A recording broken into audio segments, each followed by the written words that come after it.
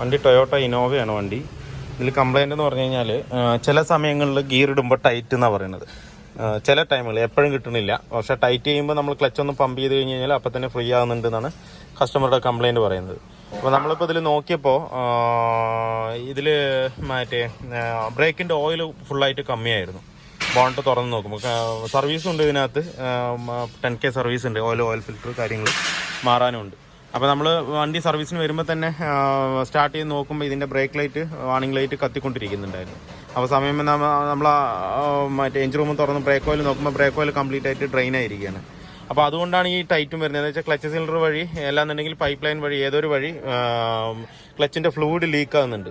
ആ സമയത്താണ് ഈ ടൈറ്റ് വരുന്നത്. നമ്മൾ ചവിട്ടി പിടിക്കുമ്പോൾ അല്ലെങ്കിൽ പെഡൽ ഇറങ്ങി പോകുമ്പോഴാണ് ഗിയർ ടൈറ്റ് ഫീൽ ചെയ്യുന്നത്. നമ്മൾ 2 പ്രാവശ്യം പമ്പ് ചെയ്യുമ്പോൾ അതിലേക്ക് പ്രഷർ കയറി പിന്നെ നോർമലാവും. അതായിരുന്നു കംപ്ലൈൻറ്റ്. പക്ഷേ കുറച്ചുകൂടെ ഓടി തന്നെ നിന്നെങ്കിൽ വണ്ടി എന്തായാലും വഴി നിന്നിട്ടുണ്ടാവും. എന്താ വെച്ചാൽ break oil clutch oil fully complete ആയിട്ട് പോയിരിക്കുമായിരുന്നു. ഒന്നുമില്ല അതിനകത്ത്.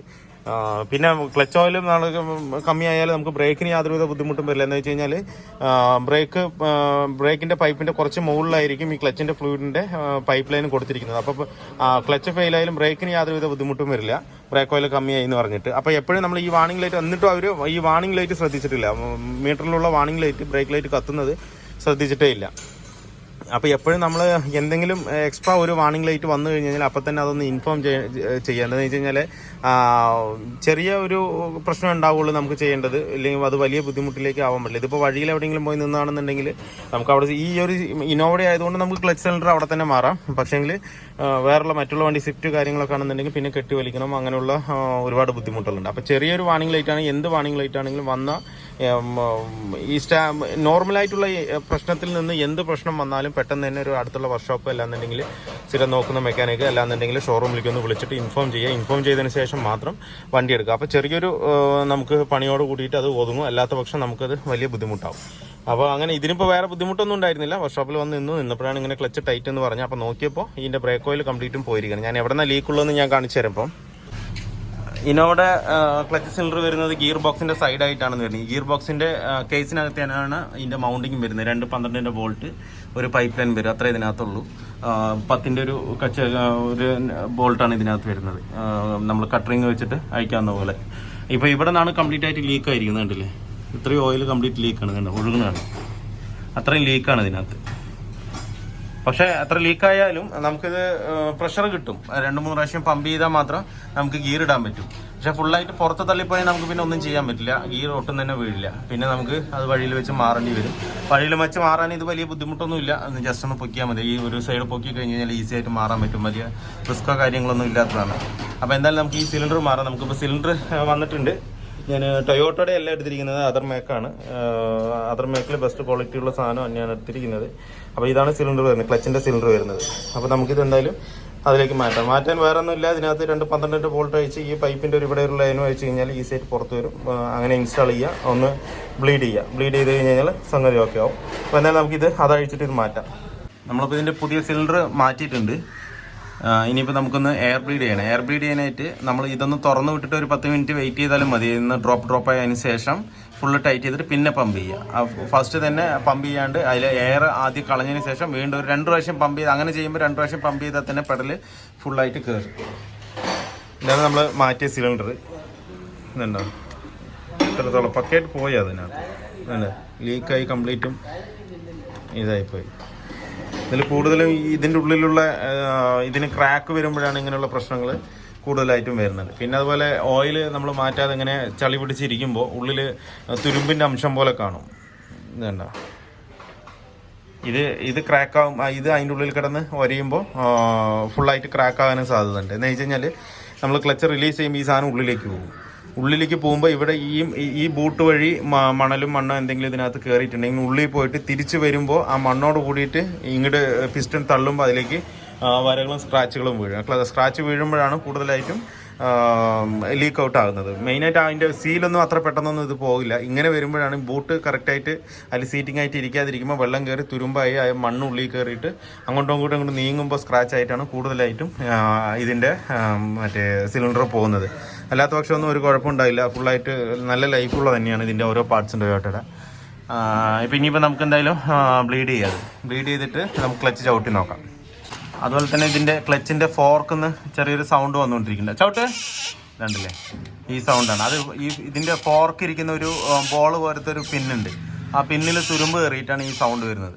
അത് നമുക്ക് മാറ്റാനായിട്ട് ഈ ബൂട്ട് അഴിച്ചു കഴിഞ്ഞ് കഴിഞ്ഞാൽ ഉള്ളിലൊരു ആ പിന്നിൻ്റെ ഒരു ബൂട്ട് കാണും ഉള്ളിലേക്ക്. ഇത് കണ്ടോ, അതല്ല ഉള്ളിലൊരു പിന്നിൻ്റെ ഒരു ബൂട്ടുണ്ട്.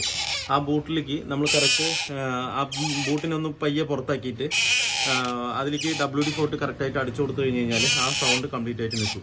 ഈ സൗണ്ടിന് വേണ്ടി നമുക്ക് ഗിയർ ബോക്സ് ഇറക്കുക, ക്ലച്ച് ഇറക്കുക ഒന്നും വേണ്ട. റിലീസ് ബെയറിങ്ങിൻ്റെ സൗണ്ടും അല്ല, ആ പിന്നിൽ വരുന്ന തുരുമ്പ് കയറിയിട്ട് വരുന്ന സൗണ്ടാണ്. അത് ഞാൻ ക്ലിയർ ചെയ്ത് തരാം. WD-40 അടിച്ചാൽ മാത്രം മതി.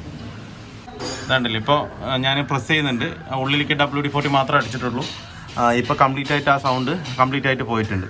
ഇത് ശരിക്കും എന്ന് പറഞ്ഞു കഴിഞ്ഞാൽ ഭയങ്കര ഇറിറ്റേറ്റിംഗ് ആയിട്ടുള്ള സൗണ്ടായിരിക്കും, കറന്ന്. ഇപ്പോൾ ചിലർ അതായത് റിലീസ് ബെയറിങ്ങിൻ്റെ സൗണ്ടാണ്. റിലീസ് ബെയറിംഗ് ഒന്നുമല്ല, ക്ലച്ച് ഫോർക്കിൻ്റെ അവിടെ വരുന്ന ഒരു നോബിൻ്റെ സൗണ്ടാണ്. ഇത് ജസ്റ്റ് ഒന്ന് ഈ WD-40 ബൂട്ടൊന്ന് മാറ്റിയിട്ട് അടിച്ചു വെച്ച് കഴിഞ്ഞാൽ പിന്നെ കംപ്ലയിൻറ്റ് വരില്ല. പിന്നെ കുറച്ച് കാലത്തിന് ഉണ്ടാവില്ല, പിന്നെയും സൗണ്ട് വരും. പിന്നെ ഇതുപോലെ ഒന്ന് ചെയ്താൽ മതി.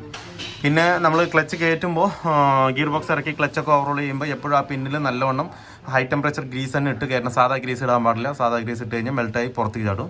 ഹൈ ടെമ്പറേച്ചർ ഗ്രീസ് ഇട്ടിട്ട് പക്കയായിട്ട് സെറ്റ് ചെയ്ത് കഴിഞ്ഞ് കഴിഞ്ഞാൽ അടുത്ത ക്ലച്ച് ഇറക്കുന്നവർ ആ സൗണ്ട് ഒരു തരി പോലും ഇതിനകത്ത് ഉണ്ടാവില്ല. ഇതിപ്പോൾ അതിൽ ഗ്രീസ് ഇല്ലാത്തതുകൊണ്ടുള്ള സൗണ്ടാണ്. നമുക്കിപ്പോൾ WD-40 അടിച്ചാൽ കുറച്ച് കാലം ഇനി സൗണ്ട് വരില്ല. പിന്നീടാണെന്നുണ്ടെങ്കിൽ ആ WD-40യുടെ ക്വാളിറ്റി നഷ്ടപ്പെടുമ്പോൾ അല്ലെന്നുണ്ടെങ്കിൽ അത് ട്രെയിൻ ആകുമ്പോൾ വീണ്ടും അതിനകത്ത് സൗണ്ട് വരും. ഇപ്പോൾ നോർമലാണ്. ഒന്ന് ചവിട്ടെ, ഇപ്പോൾ പക്കയാണ്, സൗണ്ടൊന്നുമില്ല. ഓക്കെ, ഇപ്പോൾ വർക്ക് കംപ്ലീറ്റ് ഫിനിഷ് ആയിട്ടുണ്ട്. അപ്പോൾ ഞാനിപ്പോൾ വണ്ടി ഓടിച്ചുകൊണ്ട് നിർത്തിയതാണ്. വണ്ടി കുഴപ്പമൊന്നുമില്ല, ഗിയറൊക്കെ നല്ല സ്മൂത്ത് തന്നെയാണ്. നമ്മൾ ആ സൗണ്ടും കൂടെ ക്ലിയർ ചെയ്ത് കൊടുത്തപ്പോൾ അവർക്ക് വണ്ടി എടുക്കുമ്പോഴും അതുപോലെ തന്നെ നമ്മൾ ക്ലച്ച് ചവിട്ടുമ്പോഴും ഫീലിംഗ് വ്യത്യാസം ഉണ്ടാവും. അല്ലാതെ നമ്മൾ ആ സിലിണ്ടർ മാത്രം മാറി ആ സൗണ്ട് ആ ബെൻഡിങ് വെച്ചിട്ട് ആ സൗണ്ടോടുകൂടി വിടുകയാണെന്നുണ്ടെങ്കിൽ അവർക്ക് ഈ ക്ലച്ച് സിലിണ്ടർ മാറിയതിൻ്റെ ഒരു ഫീലിംഗ് അതിനകത്ത് കിട്ടില്ല. അപ്പോൾ നമ്മൾ എപ്പോഴും വർക്ക് ചെയ്യുമ്പോൾ അതിൻ്റെ റിലേറ്റഡ് എന്തെങ്കിലും ടച്ചപ്പ് ചെയ്യാനുണ്ടെന്നുണ്ടെങ്കിൽ ടച്ച് ചെയ്ത് പണി ചെയ്ത് കൊടുക്കുക. അങ്ങനെ ആകുമ്പോൾ കസ്റ്റമർക്കും നല്ല ഹാപ്പി ആവും. അതുപോലെ തന്നെ ഓടിക്കുമ്പോഴും ഒരു തൃപ്തി ഉണ്ട്, നമ്മൾ പണിയെടുത്തതായിട്ട് കാണും. ഇപ്പോൾ ഇതുണ്ട്, ക്ലച്ച് ചവിട്ടുമ്പോൾ സൗണ്ടേ ഇല്ല. അതുപോലെ തന്നെ നോർമലാണ്, വലിയ ടൈറ്റ് ഒന്നുമില്ല, പക്കയാണ്. ഗിയറും അതുപോലെ ഫസ്റ്റ് റിവേഴ്സൊക്കെ കൂടുതലും നല്ല സ്മൂത്ത് ഉണ്ട്.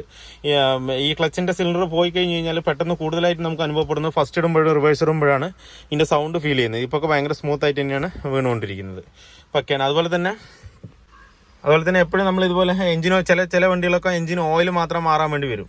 ആ മാറുമ്പോൾ എഞ്ചിൻ ഓയിൽ മാറുമ്പോൾ അതിൻ്റെ കൂടെ 2 ഫിൽറ്ററും AC ഫിൽറ്ററും എയർ ഫിൽറ്ററും ഒന്ന് ക്ലീൻ ചെയ്ത് ഒന്ന് എഞ്ചിൻ റൂം ഒന്ന് ഇതാക്കി കൊടുത്തു കഴിഞ്ഞ് കഴിഞ്ഞാൽ തന്നെ വണ്ടിക്ക് ചെറിയൊരു ആ ഒരു പിടുത്തം വിടും, ഒരു സ്മൂത്ത് ഉണ്ടാവും വണ്ടി. അതുപോലെ ഓയിൽ സർവീസ് തന്നെ ചെയ്ത് കഴിഞ്ഞ് കഴിഞ്ഞാൽ തന്നെ നമുക്ക് വണ്ടി ഓടിക്കുമ്പോൾ തന്നെ ഒരു ഫീലിംഗ് കിട്ടും. നമ്മൾ ഓയിൽ സർവീസ് മാത്രം ചെയ്തിട്ട് പോകുമ്പോൾ അത് ചിലപ്പോൾ അത്രത്തോളം ഫീൽ കിട്ടില്ല, അപ്പോൾ മാറിയതിൻ്റെ ഒരു ഫീൽ ഉണ്ടാവും. അപ്പോൾ എപ്പോഴും നമ്മളൊരു വർക്ക് ചെയ്യുമ്പോൾ അതിൻ്റെ റിലേറ്റഡ് എന്തെങ്കിലും ചെറിയ കാര്യങ്ങൾ ഒരു ടച്ചപ്പ് പോലെ അതുപോലെ നമ്മൾ ചെയ്ത് കൊടുത്തു കഴിഞ്ഞാൽ കസ്റ്റമർക്കും ഭയങ്കര ഹാപ്പി ആയിരിക്കും. ഇപ്പോൾ ആ ക്ലച്ചിൻ്റെ സൗണ്ടും കാര്യങ്ങളെല്ലാം പക്കയാണ്, ലീക്കും ഇല്ല. ലീക്കും നമ്മളിപ്പോൾ ഞാൻ ഓടിച്ചിട്ട് വന്ന് ലീക്കും ചെക്ക് ചെയ്തു, ഒരു കുഴപ്പമില്ല.